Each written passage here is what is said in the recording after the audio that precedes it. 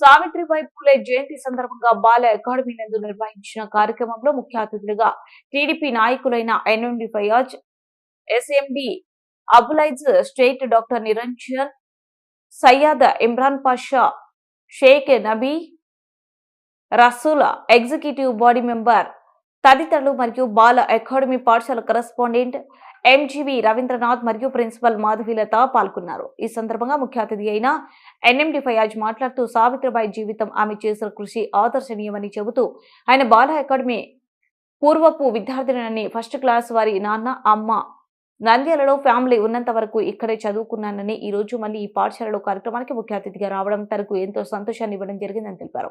మాధవీలత మాట్లాడుతూ భారతదేశంలో మొట్టమొదటి మహిళా ఉపాధ్యాయులు సావిత్రిబాయి పూలే అని, ఆమె లాంటి పట్టుదల, కార్యసాధన నేటి తరానికి ముఖ్యంగా స్త్రీ సాధికారతకు చాలా అవసరమని తెలియజేశారు.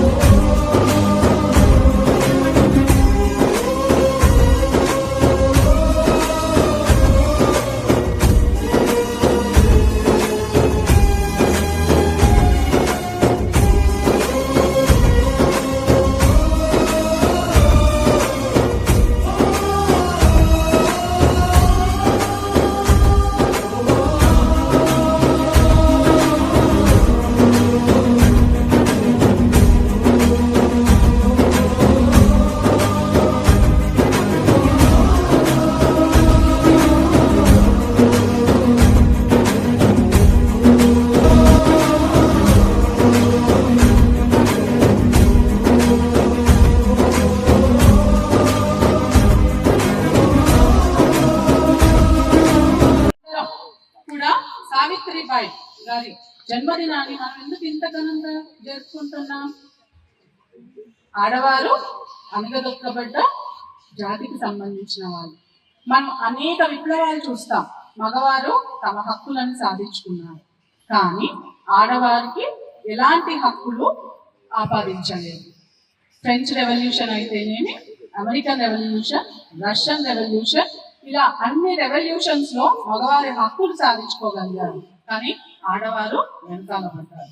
సో ఆ వెనుకబడిన తనానికి ముఖ్యంగా కారణం ఏంటి అంటే మనం ఆధారపడతాం. ఇలా ఆధారపడినప్పుడు ధైర్యాన్ని కోల్పోతాం. ధైర్యాన్ని తెచ్చుకునే పనులు మనం చేయగలిగితే ఎలా ఉంటుంది అని సావిత్రిబాయి పూలే గారు నిరూపించారు. మనందరం ఇప్పటి వరకు స్పీచెస్ లో విన్నాం. తనకు 9 ఏళ్లలోనే పెళ్ళైపోయింది. వారి భర్తకి 12 ఏళ్ళు మాత్రమే. చూడండి, అతి చిన్న జంట భవిష్యత్తుని ఊహించి ఒక విజన్ లో ప్రపంచాన్ని మేల్కొల్పే దిశగా వాళ్ళు అడుగులు వేయగలిగారు.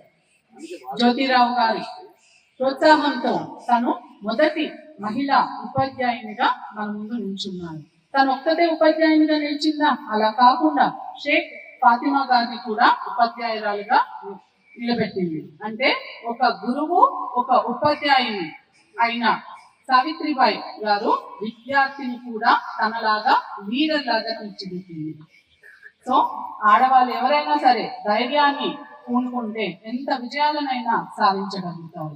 ముఖ్యంగా మన వ్యవస్థ, భారతదేశ వ్యవస్థలో మనం సంతోషించాలి. ఆడవారికి తల్లిదండ్రుల ప్రోత్సాహం ఉంది ఇప్పుడు, అలాగే భర్త కుటుంబం నుంచి సహకారాలు ఉన్నాయి.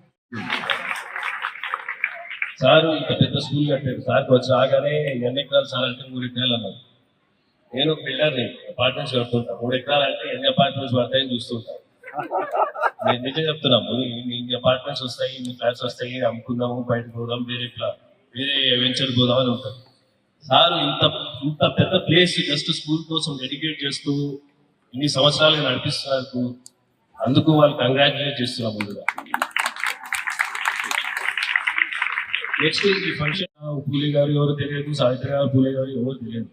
నేను చదువుకున్నప్పుడు అంబేద్కర్ గురించి చదువుకున్నాము, నెహ్రూ గారి గురించి, గాంధీ గారి గురించి చదువుకున్నాం, కానీ వీళ్ళ గురించి ఎప్పుడు చదువుకోలేదు. అది మా తప్పే, మా స్కూల్ వాళ్ళ తప్పే, మా అకాడమిక్ వాళ్ళు తప్పే.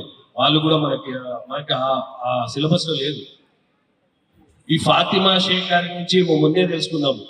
ఒక ముస్లిం మహిళ స్కూల్ స్థాపించింది ఎప్పుడు 200 years బ్యాక్ 1840s లో. అంటే అంత పెద్ద విషయం అసలు మాకు అసలు తెలియదు. ఒక ముస్లిం మహిళ స్కూల్ స్థాపించి స్కూల్ చదివించింది, పిల్లలు చదివించేది అంటే ఎంత పెద్ద విషయం. ఇప్పుడు మీరు చూస్తున్నారు ఇక్కడ మైనారిటీ పిల్లలు ఉన్నారు.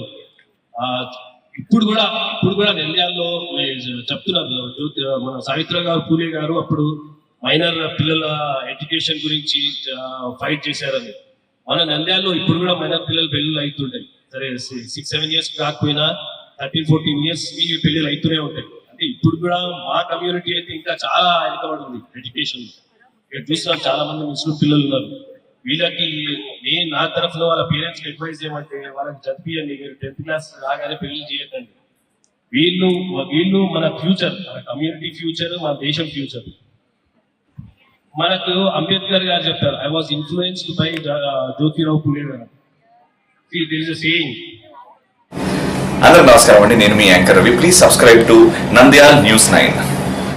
Please subscribe to Nandyala News 9. ఆ లేటెస్ట్ అప్డేట్స్ కోసం వెంటనే సబ్స్క్రైబ్ చేయండి. సబ్స్క్రైబ్ చేసేటప్పుడు పక్కనే ఉన్న